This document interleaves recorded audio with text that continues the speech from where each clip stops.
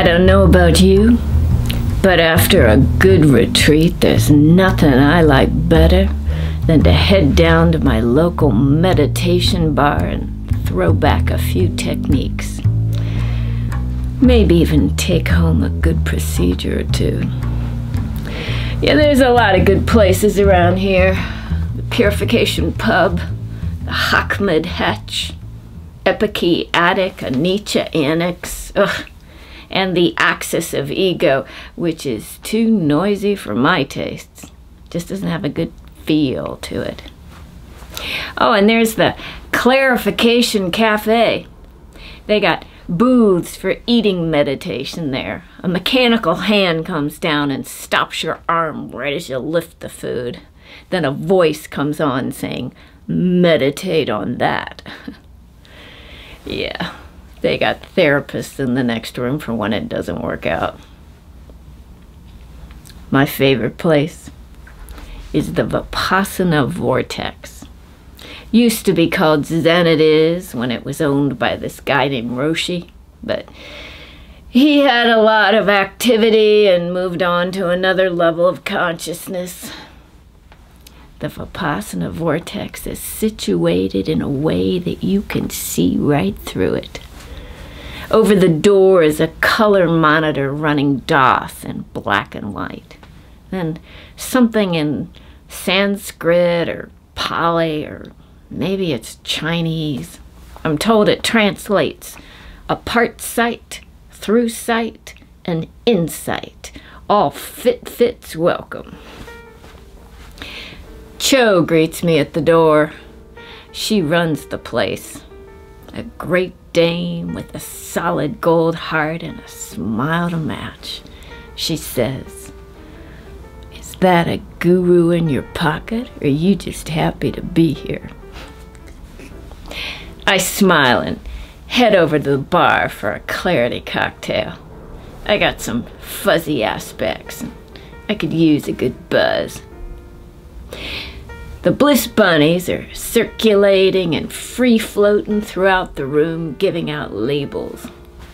Sometimes they take you upstairs and show you a rising and falling, and there's usually some flow there too.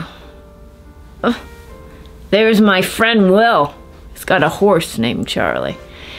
Yeah, Will's a lot like Charlie Horse, but he'll never see it.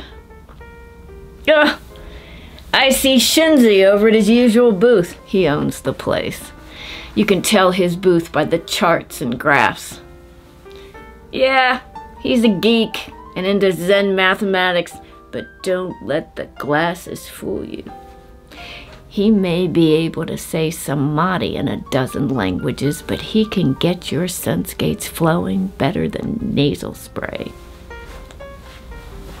He reportedly has a bank account with the big guy with more zeros than you want to know about. Upstairs, there's also a Goenka parlor. They do piercings. They start with the nose and are sometimes known to pierce through the whole body, if you're into that kind of thing. Back when Roshi owned the place, it was a Zen arcade. A lot of parlor games, learning to clap with one hand, making faces like before you were born, that kind of thing. There was a big flower in the corner, and if you could get inside of it and get out without anybody seeing you, you could get a ride on the complete experience, which is no ordinary ride. Supposedly, it is the best thing that ever happens to you. Except you can't remember a thing. Yeah, the main Zen thing around here these days is the Merge With Us conference call, and you can practice the program at home. Yeah, I guess you can now merge at local or long distance rates, but information is always free. Oh, that noise?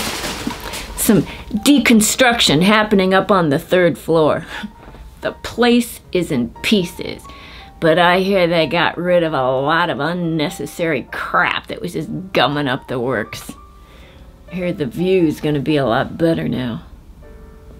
Oh, It's almost time for the last show. It's a good act.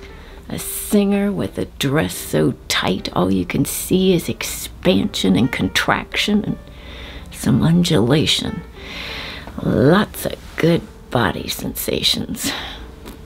Her name is Melissa Mana. Yeah, she's a bit self-absorbed, but she sings a good song. Sometimes the show is solid, sometimes restful, but it always flows, and before you know it, it is over. Gone. Kaput. I chill with the solid, hang with the restful, and go with the flow, and when it's over, nothing. Nada. Zero. But that's how it goes. Yeah, I'm going back to the bar for a second clarity cocktail before the show. I want to get a good seat. It's been nice chatting with you.